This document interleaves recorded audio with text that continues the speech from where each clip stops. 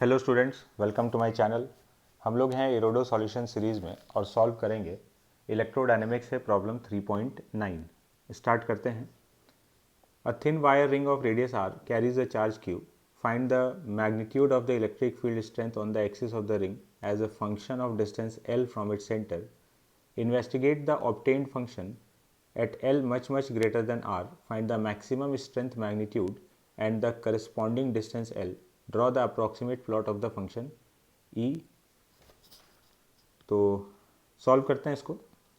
Situation ये है कि एक रिंग हम लोग को गिवन है, यूनिफॉर्मली चार्ज रिंग, और इसके एक्सिस पर L डिस्टेंस पर फील्ड कैलकुलेट करना है। तो कंटिन्यूस चार्ज डिस्ट्रीब्यूशन है, हम लोग एलिमेंट लेकर इंटीग्रेट करेंगे। तो सॉल्व करते हैं। ये रिंग प्लेन के परपेंडिकुलर रखा हुआ है, जो स्क्रीन का प्लेन है उसके परपेंडिकुलर, और ये इसका एक्सिस हो गया। तो एक एलिमेंट हम लोग कंसिडर कर रहे हैं डी क्यू, और उसके डायमेट्रिकली ऑपोजिट एक और एलिमेंट कंसिडर कर रहे हैं डी क्यू। और इस डी क्यू का जो फील्ड है यहाँ पर एक्सिस पर, वो इधर हो जाएगा डी। तो इस डी क्यू का इलेक्ट्रिक फील्ड इधर हो जाएगा away from the charge D E. ये एंगल थीटा, तो इधर ये भी थीटा, सेम ये भी थीटा और थीटा। इस डी का इधर component D cos theta, perpendicular to the line D sine theta. इस डी का कंपोनेंट इधर डी कॉस थीटा, इधर D sine theta. D sine theta cancel हो जाएगा, डी कॉस थीटा वाला कंपोनेंट ऐड हो रहा है, तो हम लोग नेट इलेक्ट्रिक फील्ड लिख सकते हैं इंटीग्रल डी कॉस थीटा। तो यहाँ पर एक सवाल आ सकता है दिमाग में कि क्यों हम लोग डी कॉस थीटा को इंटीग्रेट कर रहे हैं, 2d कॉस थीटा को क्यों नहीं कर रहे हैं, जबकि इधर जो कंपोनेंट आया है वो 2d कॉस थीटा आया है। और एक और सवाल कि हम लोग दो एलिमेंट्स क्यों कंसिडर कर रहे हैं। इंटीग्रेशन करने में हम लोग जो एलिमेंट लेते हैं हमेशा एक ही एलिमेंट कंसिडर करते हैं, तो दो एलिमेंट क्यों लिया जा रहा है, और 2d कॉस थीटा को क्यों नहीं इंटीग्रेट कर रहे हैं। तो इन दोनों सवालों का जवाब हम लोग को इरोडो के प्रॉब्लम 3.8 में, इलेक्ट्रोडायनेमिक्स के 3.8 प्रॉब्लम में हम लोग को मिल जाएगा। तो उसमें मैंने एक्सप्लेन किया है, तो उसको देख लें। तो हम लोग इसको सॉल्व करते हैं। Net electric field is D cos theta. D E एक एलिमेंट का फील्ड है, तो जैसे ये डी क्यू है, इसका फील्ड यहाँ पर डी ई, तो ये एक पॉइंट चार्ज हो गया। पॉइंट चार्ज का फील्ड के Q, K D Q upon ये वाले डिस्टेंस का square, which is under root of R square plus L square का square, K D Q upon under root of K D Q upon R square plus L square.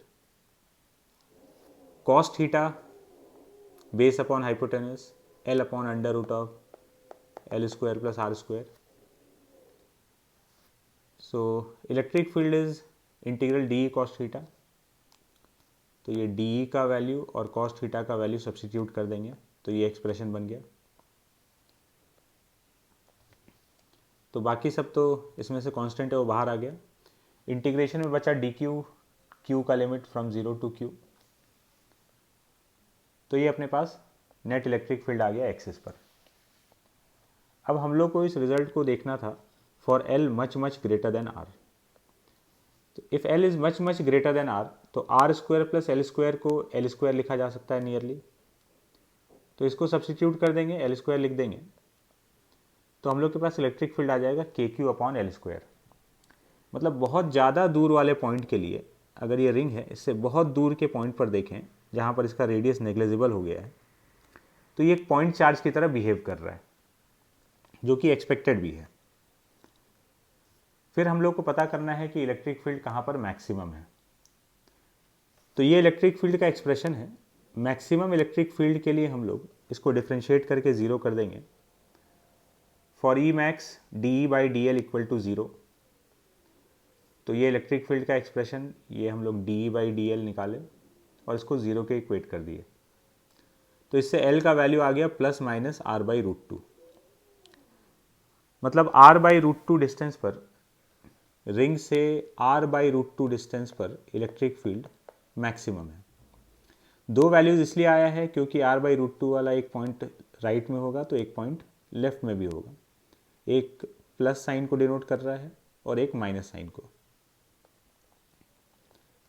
Maximum electric field के लिए L का value R/√2 electric field के expression में put कर देंगे, तो ये मैक्सिमम इलेक्ट्रिक फील्ड आ गया एक्सिस पर। फिर हम लोग को ग्राफ प्लॉट करना है, तो ये इलेक्ट्रिक फील्ड का एक्सप्रेशन है। कुछ क्रिटिकल पॉइंट्स पर हम लोग इलेक्ट्रिक फील्ड का वैल्यू चेक कर लेते हैं। जैसे सेंटर पर L=0 पर इलेक्ट्रिक फील्ड 0 है, और अगर L टेंड्स टू इनफाइनाइट हो जाए, L टेंड्स टू इन्फिनिटी पर, ऊपर L का पावर 1 है और नीचे इफेक्टिवली L का पावर 3 है, तो L टेंड्स टू इन्फिनिटी पर इलेक्ट्रिक फील्ड हो जाएगा 0 की तरफ टेंड करेगा। तो L=0 पर भी इलेक्ट्रिक फील्ड 0 है, और L टेंड्स टू इन्फिनिटी पर भी इलेक्ट्रिक फील्ड 0 की तरफ टेंड कर रहा है, और बीच में एक पॉइंट पर मैक्सिमम है, L=R/√2 पर मैक्सिमम है। तो अगर शुरुआत में भी 0 है, लास्ट में भी 0 है, और बीच पे एक पॉइंट पर मैक्सिमा आ रहा है, तो ये ग्राफ का पैटर्न हो गया। 0 से मैक्सिमम तक गया और डिक्रीज करके 0 की तरफ टेंड कर रहा है। और बिल्कुल यही ग्राफ दूसरे साइड में बन जाएगा। रिंग के राइट साइड में और लेफ्ट साइड में एकदम आइडेंटिकल ग्राफ होगा। बस ये ग्राफ पहले अगर ऊपर बन रहा था तो अब नीचे बन गया। ऐसा इसलिए क्योंकि अगर रिंग के राइट में हम देखें, फील्ड का डायरेक्शन अगर टूवर्ड्स राइट है, तो इधर लेफ्ट साइड में टूवर्ड्स लेफ्ट, तो डायरेक्शन चेंज हो गया है। अगर हम राइट साइड को प्लस डायरेक्शन मान लें, तो left side definitely negative direction हो जाएगा। तो इसीलिए ग्राफ अगर राइट में ऊपर बना है, तो लेफ्ट में नीचे बन गया है।